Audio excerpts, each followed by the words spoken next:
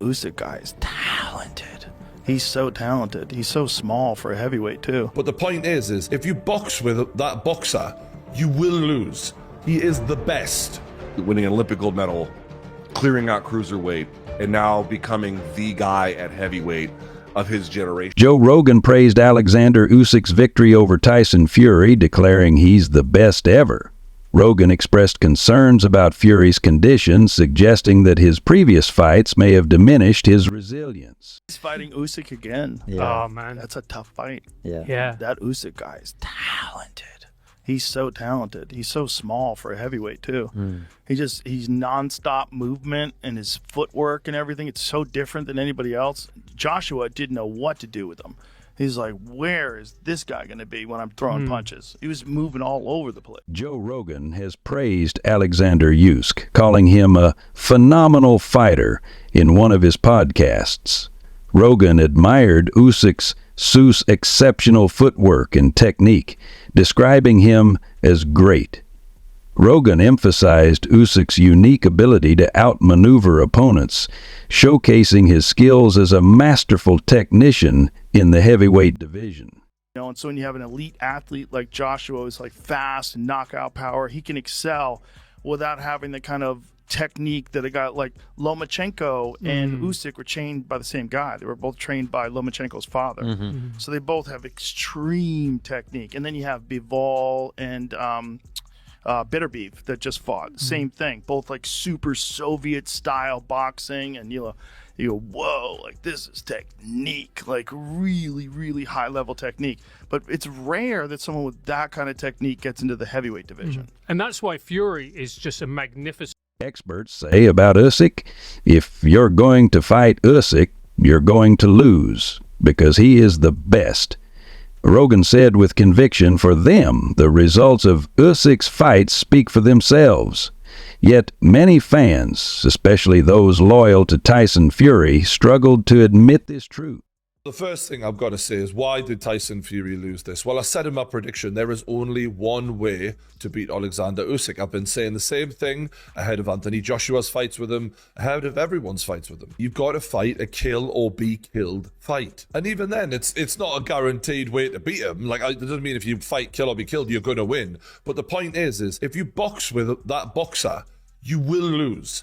He is the best at that. I said in that first fight, Tyson Fury had good energy and a good moment up to round 7, and at that point his energy started to go, his punches became less effective, and he was less of a threat. So you need to come into this fight and go in for the kill within those rounds, or you're gonna fucking lose, man. Guaranteed. And I'm not saying like, oh, stick it on him, like as if it's like that simple. You've obviously got to do it, you know, responsibly, cleverly, but you've got to force the issue, because this man, he understands the laws of boxing too well. You've got to break the rules in order to beat him, and that requires you to do unorthodox things, to do unpredictable things. And when you do clip him, empty the fucking gas tank and go after him with every last drop of energy you've got. You've got to race him instead of staying with him, because when you try and stay with him, you have to play by the rules, and when you do that, he wins every fucking.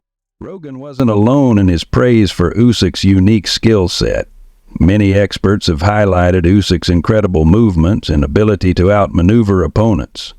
His footwork is so precise that he can effortlessly close the distance, putting pressure on his rivals with calculated aggression.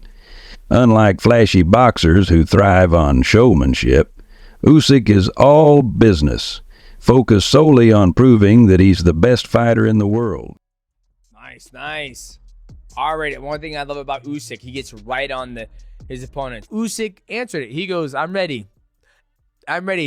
Your Excellency, Turkey, please make this matchup, right? And I love that he's just, you can tell he's an athlete who just wants to prove that he's the best, right? There is no showboating. There is no trash talking. He's like, yes, we can do it. Well, we'll fight again. And I think after he beats Daniel Dubois, he's already beat Daniel Dubois. He's already beat Anthony Joshua twice. He's already beat Tyson Fury twice. If he beats Daniel Dubois twice, there's nothing left for this man to prove in boxing. I think this man lays the gloves down, walks away from the sport of boxing, spend time with his children, his wife. He mentioned his kids are in judo, and I think it'll be awesome for him to be able to walk away from the sport on. Teddy Atlas, a legendary boxing trainer and analyst, weighed in on Usyk's greatness by asking a question that resonates with the boxing community. Who is going to beat Oleksandr Usyk? Atlas has consistently praised Usyk's adaptability, noting that his ability to adjust his strategy mid-fight is unparalleled. He doesn't let it get away from him because he knew that if he let another round go like that, it could get away from him. The momentum started to flow that way. So what does he do in the 6th round? He comes out and dominates the round. He comes out and takes control. And what does he do for the next 5 rounds, whatever? At least on my scorecard. And maybe on the judges, I didn't see their score. But for the 6th, 7th, 8th, 9th, and 10th round, 5 rounds in all, I give it to him. Last question for you. One word answer. It's an easy one. Will anyone in this era beat Oleksandr Usyk, yes or no? There's one guy out there. Name him. Father Time.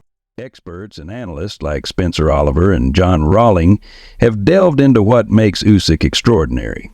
They emphasize that Usyk's impact goes beyond his performances in the ring.